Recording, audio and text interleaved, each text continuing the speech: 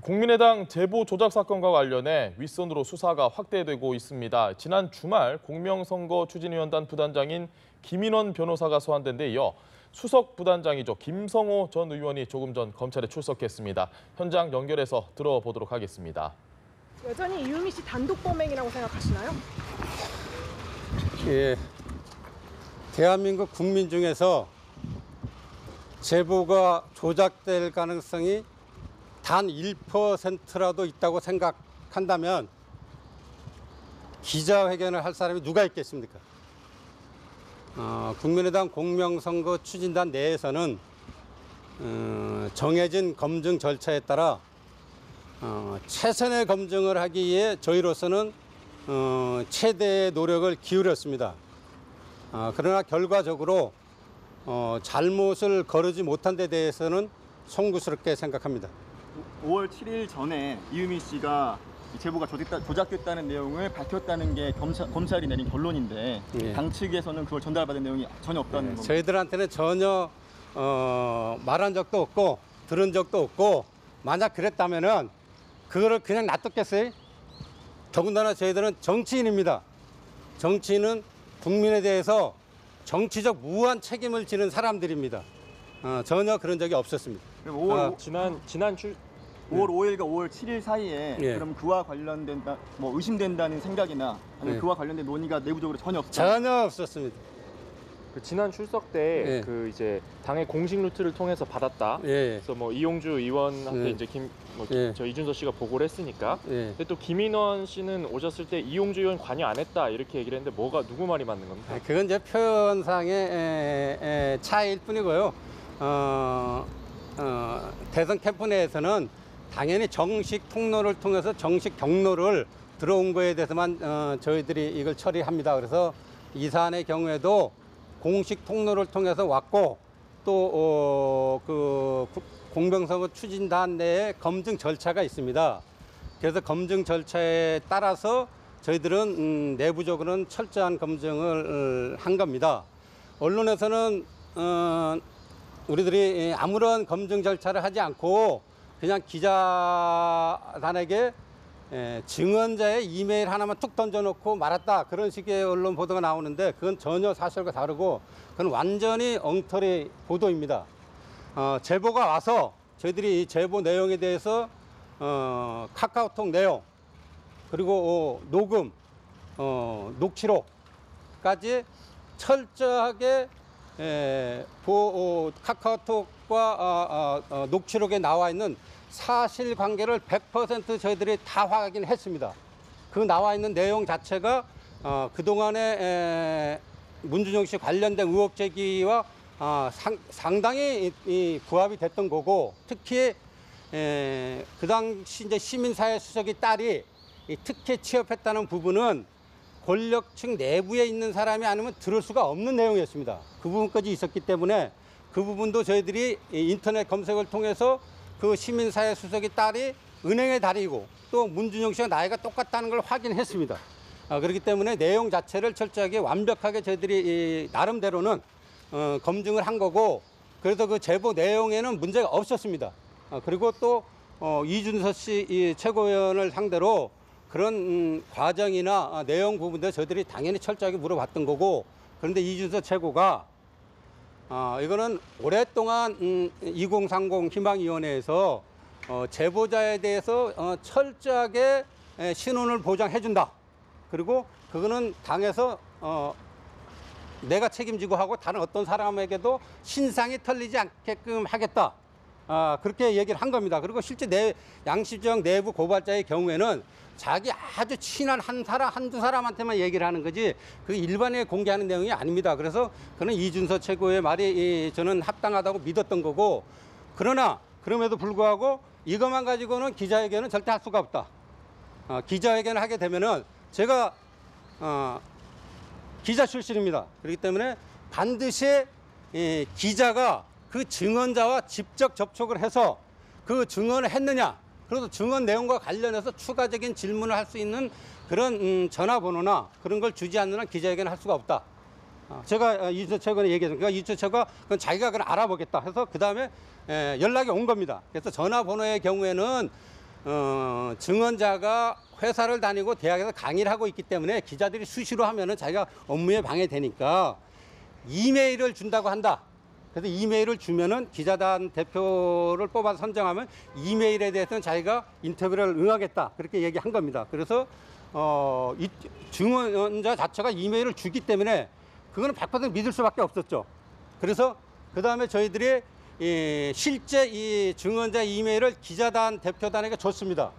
한 군데도 아니고 3군데를 줬습니다. 3군데를 줬는데 기자단 대표단에서 그 이메일에서 인터뷰를 요청했는데 그 다음날 응답이 안 왔다고 연락이 왔습니다. 그래서 수시는 확인했냐? 그러니까 수시는 확인된 게 맞다. 그러니까 기자들도 그건 제보자는 맞구나.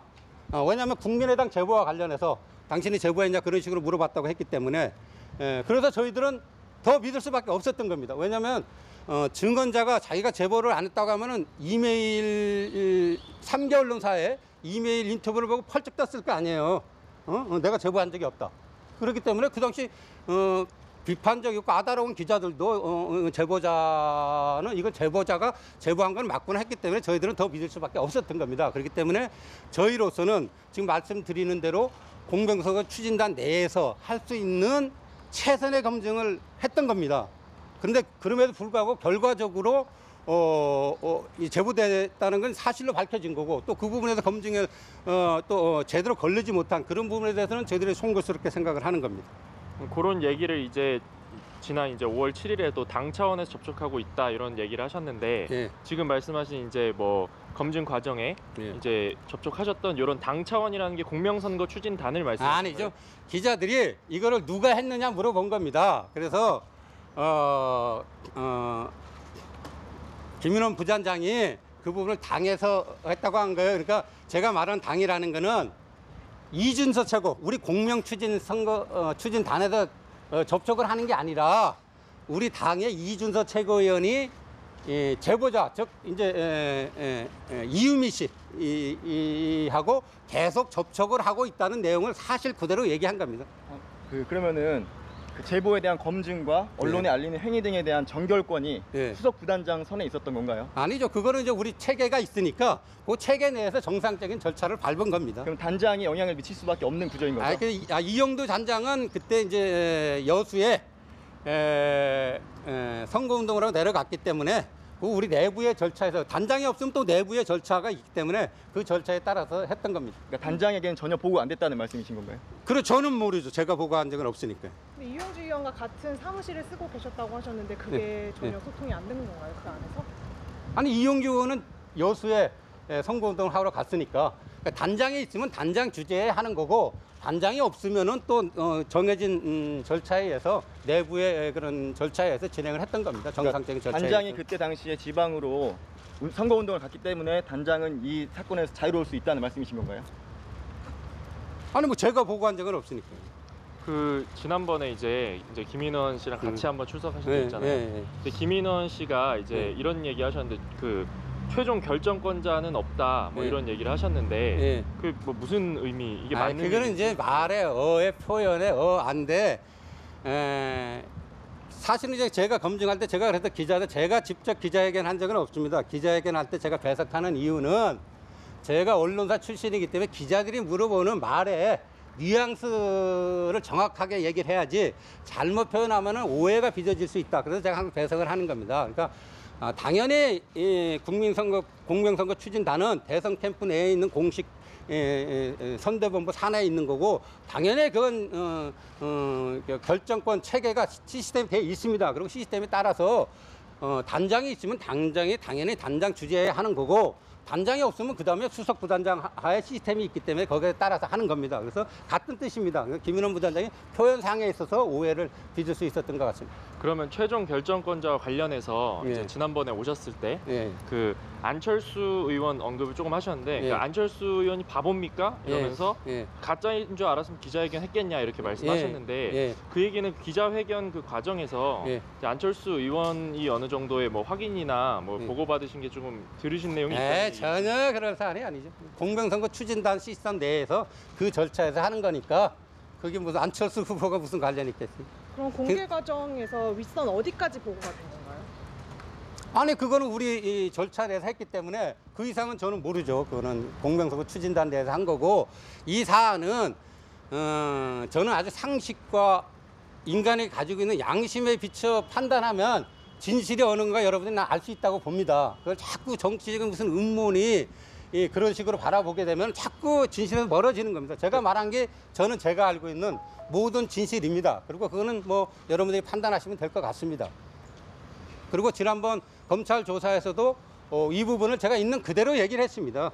그래서 숨길 사안도 아니고 그리고 이 복잡한 사안이 아닙니다. 저희들이 보기에는. 그리고 이 사안은 제보 조작 사건 관련해서는 문준용 씨 사건이 3개월가 계속됐던 내용이고 요 내용에서는 아버지 그러니까 문재인 후보가 아들에게 원서를 냈다는 그 부분 하나만 그것도 기존에 계속 거론이 됐던 겁니다. 거론이 됐던 건데 문준용 씨가 아버지가 그렇게 했다는 거를 친구한테 얘기했다는 그 하나일 뿐이지 새로 나왔던 내용도 아니고 이 자체가 저희들은 이 자체가 뭐 엄청난 내용으로 보지는 않았던 겁니다. 왜? 3개월 이상 계속 진행이 됐던 상황이기 때문에요. 그래서 그건 여러분들이 지금 제가 설명한 게 사실이고 그게 제가 지난번 5월 5일 때 검찰에 얘기한 것도 그대로입니다.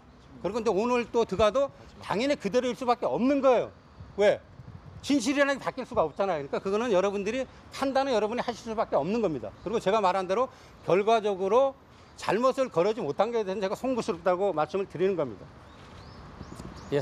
예. 혹시 문준용 씨한테 하실 말씀 없으신가요? 예, 뭐 저 검찰 수사 끝나면은 이유미 예, 씨한테 하겠죠. 한 말씀 해주세요. 이유미 씨한테. 마지막 질문 하나인데요. 이유미 씨는 모든 사람이 이유미 씨를 지금 욕하고 비난하는데 제가 이유미 씨를 욕하는 게 무슨 의미가 있겠습니까? 그 마지막 질문인데 5월 6일에 이준석 씨 네, 김성호 전 수석 부단장의 이야기를 들어보셨는데요. 상당히 격양된 목소리로 아주 많은 이야기를 했습니다. 좀 정리를 해드리면 본인은 검증을 위해서 노력을 많이 했는데 결과적으로 잘 거르지 못한 부분에 대해서는 송구하다는 이야기를 했고요. 이 공명선거 추진단 검증 절차에 따라서 철저히 검증을 했지만 언론에서 알려졌던 뭐 이메일 하나만 받아서 공개를 했다. 이건 사실이 아니다. 카카오톡 내용이나 녹취 등에 대해서도 사실관계를 100% 확인을 했다라고 주장을 했습니다. 그리고 복잡한 사안이 아니라는 이야기를 하면서 전혀 이렇게 조작 사건으로 쳐다볼 것이 아니다. 이런 이야기도 같이 했습니다. 네. 이용주 단장은 당시 여수 선거운동으로 자리를 비웠고 단장이 없을 때 정해진 절차에 따라 공개한 것이다. 그리고 안철수 후보와는 관련이 없다라고 이야기했다는 점에 주목해 보시면 좋을 것 같습니다. 네.